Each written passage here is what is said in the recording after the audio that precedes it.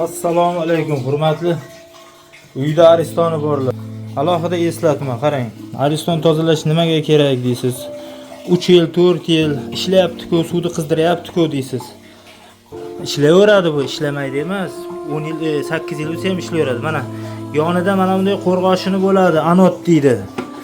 Endi aytilishi qo'rg'oshin bo'ladi. Mana yangisi mana bunday narsa bo'ladi. Mana bu yerda turadi, mana bunday bu. Ko'ryapsizmi? O'sha narsa suvda ichidagi nakiblarni, masalan suvda ichida qaynash jarayonida sulfat bormi, tuz bormi, suvdagi nakib bormi, o'shani shunda o'ziga tortadi. Bu narsa o'sha qo'rg'oshin deganimiz mana anod degan narsa o'ziga tortib, o'sha loylarni tent atrofiga o'ziga yig'adi va yeyilishni boshlaydi. Yeyilib mana bunday ahvolga keladi 3 yil, 4 yilda. Keyin nima bo'ladi deysiz-a? 4 yil, 3 yil ochmaganingizdan keyin.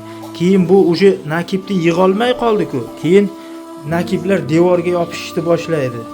Mana taglariga, devorlariga bunday mana bu teshikdan qo'lingizni tiqib yurg'izsangiz, loy sho'g' bor-ku, devorda shikaturka urasiz, zaterka qilmaysiz. Qanday loy sho'g'? Ana shunday devori loy bo'ladi. O'zi asli silliq bo'lish kerak. Termosning ichida.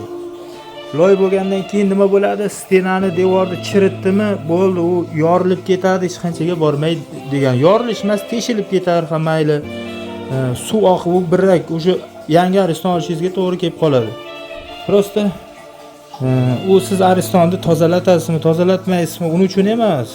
Xudo rizqni beradi, o'zi chiqaveradi ariston. Lekin demoqchimanki, o'sha bilgan narsani sizlar bilan ulashib qo'yay deb, shu narsani aytib qo'yay dedim. Mana bu narsa yeyilgandan keyin o'sha stenaga loyni berdimi? Tamom. Mana bu narsa yeyilmasidan hech bo'lmasa 1,5 yil, 2 yilda mana bu yeyilib ketmasidan, o'zini nakib yig'ish xususiyatini yo'qotmasidan turib aristonni tozalattirsangiz, devorlariga shunday qo'l tiqsangiz, yangi ariston qanday bo'lsa, devorlari o'sha yangi aristondagidek sip-silliq oynaday turgan bo'ladi.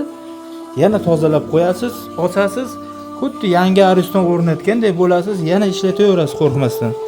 Devoriga bir loyni nakibni yig'dimi, o'sha uni qiyin masala tozalash. O'sha ichiga, pastiga qo'l bormasa uni limon kislota solish kerak, u bu deydi, lekin qiyin masala bo'lib qoladi. Salomat bo'lasizlar.